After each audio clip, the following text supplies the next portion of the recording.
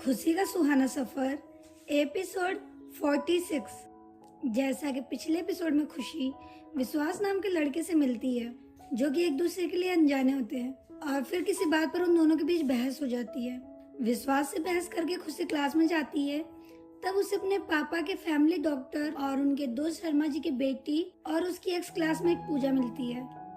पूजा से मिलने के बाद खुशी का ठिकाना नहीं रहता और वो भूल जाती कि वो क्लास में लेक्चर अटेंड करने आई है। खुशी के इस बिहेवियर से परेशान होकर प्रोफेसर ने उसे और पूजा दोनों को क्लास से बाहर निकाल दिया। नमस्कार दोस्तों, मैं नम्रता शर्मा लेकर आई हूँ अपनी लिखी हुई कहानी जिसका नाम है खुशी का सुहाना सफर। उम्मीद करती हूँ कि आपका और मेरा ये सफर भी सुहाना रहेगा। अगर मेरी लिखी हुई कहानी आपको पसंद है तो मेरे इस कहानी को लाइक करें और शेयर करें और चैनल को सब्सक्राइब करके अपना प्यार और सपोर्ट मुझे जरूर दें। धन्यवाद। अब आगे।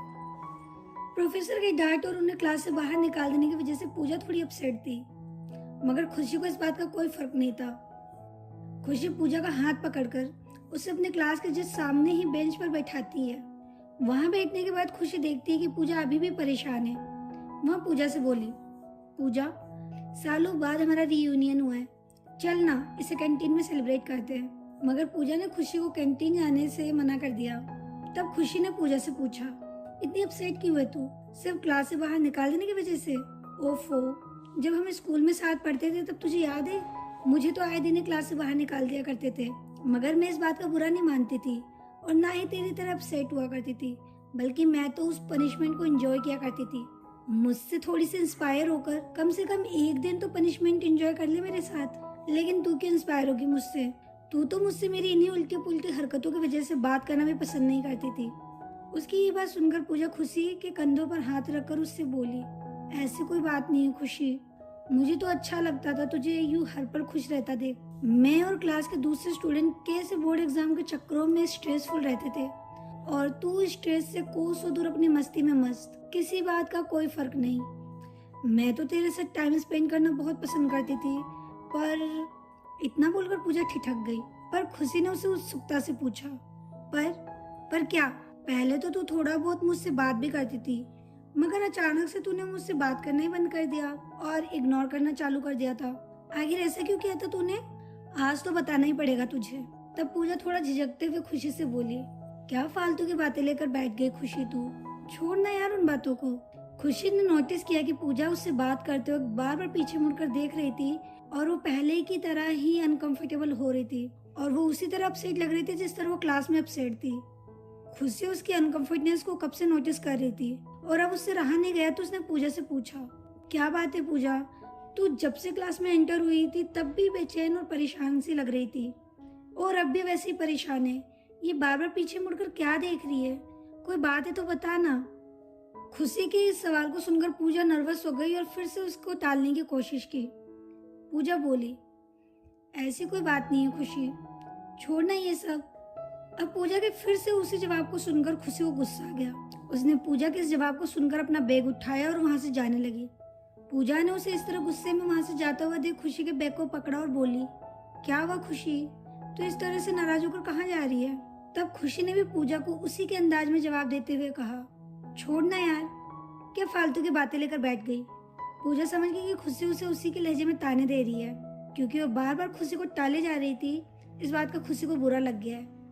अब पूजा उसे मनाने की कोशिश करती है, मगर वो आगे कुछ बोलती है। खुशी फिर से बोली, पूजा, मैं भूल गई थी कि हम एक दूसरे के लिए नॉन जरूर है क्योंकि हमारे पापा एक दूसरे के अच्छे फ्रेंड्स हैं, मगर हम एक दूसरे के अच्छे फ्रेंड्स नहीं हैं। हम सिर्फ एक ही स्कूल में एक ही क्लास में थे, इसलिए क्लासमेट थे, कभी फ्रेंड नहीं थे। अगर फ्रेंडशिप थी तो वो सिर्फ मेरी तरफ से थी। तभी तो तू स्कूल में भी कभी मुझसे बात करती थी तो कभी मुझसे बात करना बंद कर देती थी और कभी कभी तो तू मुझे पहचानती ही नहीं थी, मगर मैंने इस बात को कभी माइंड नहीं किया। हमारी ये दोस्ती सिर्फ मेरी तरफ से थी, तेरी तरफ से कभी थी ही नहीं। ये जानते हुए मैंने तुझे हमेशा अपना दोस्त माना और शायद इसी वजह से तुझे आज यहाँ देखकर मैं इतनी एक्साइटेड हो गई। तुझे पता है, सुबह मैं भी अपसेट थी। मेरे लिए भी ये क्लास इतनी ही जरूरी थी जितनी तेरे लिए है, मगर तुम लोगों से इतने दिनों बाद मिलने पर मैंने क्लास की नहीं, अपनी मम्मी के एक्सपेक्टेशंस को नहीं, बल्कि तुझे प्रायोरिटी दी। और तू है कि तुझे प्रोफेसर ने क्लास से बाहर निकाल दिया, इस बात का दुख हो रहा है, लेकिन मुझसे इतने दिनों बाद मिलने की खुशी तुझे नहीं हुई। कब से नोटिस कर रही हूँ कि तू परेशान है, मैं कारण जानना चाहती हूँ तो तू कुछ बता नहीं रही। ये दोस्ती नहीं होती।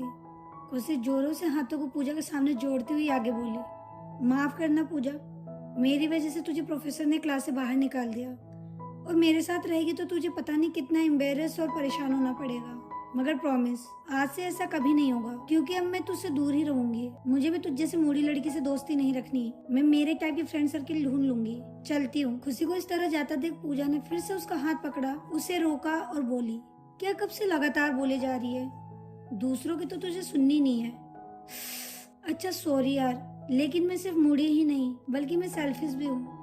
आज तेरे पापा की सिफारिश की वजह से ही मेरा एडमिशन इस कॉलेज में हुआ है और मैं तुझे थैंक्स बोलने के बजाय तेरे साथ ऐसा स्ट्रेंज बिहेव कर रही हूँ। मगर मैं खुद ऐसा बिहेव करना ना पहले पसंद करती थी और ना अभी कर रही हूँ।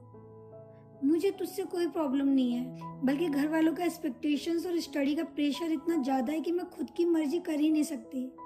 मगर घर वालों की एक्सपेक्टेशन और स्टडी का प्रेशर इतना ज्यादा है कि मेरी खुद की कोई मर्जी ही नहीं है। मैं अपनी ही लाइफ अपनी मर्जी से नहीं जी सकती और मैं अगर थोड़ी बहुत कोशिश भी करती हूँ तो उसका सीधा इफेक्ट मेरी परसेंटेज पे होता है। और फिर जो मेरे पेरेंट्स, फैमिली, रिलेटिव्स का जो प्रेशर मेरे ऊपर आता है वो मुझसे हैंडल नहीं होता। मुझे शुरू से इस माहौल में ढाला गया है कि मेरी लाइफ में सिर्फ एक ही चीज की जगह है और वो है स्टडी। बाकी मेरी लाइफ में दोस्ती, प्यार, मोहब्बत, घूमना फिरना, मौज मस्ती करना, इन बातों के लिए कोई जगह नहीं है। लेकिन ये बात तू कैसे समझेगी जब ये बात वो नहीं समझ रहा? उसे कितनी बार समझा चुकी हूँ, पर लाख समझाने के बाद भी समझना तो दूर, वो बेपरवाह होकर मुझे कब से घूरे जा रहा है। इसलिए मुझे इतनी इरिटेशन और अनकंफर्टेबल महसूस हो रहा है। पूजा के मुंह से घूरने की बात सुनकर खुशी चारों ओर नजरें दौड़ाती है और तभी उसे क्लास की खिड़की से विश्वास उसे घूरता हुआ दिखाई दिया। उसे इस तरह खुद को घूरता देख खुशी ने पूजा से ना कुछ कहा ना कुछ पूछा। बस वो पूजा के हाथों में अपना बैग थमाकर तेजी से क्लास की ओर दौड़ पड़ी।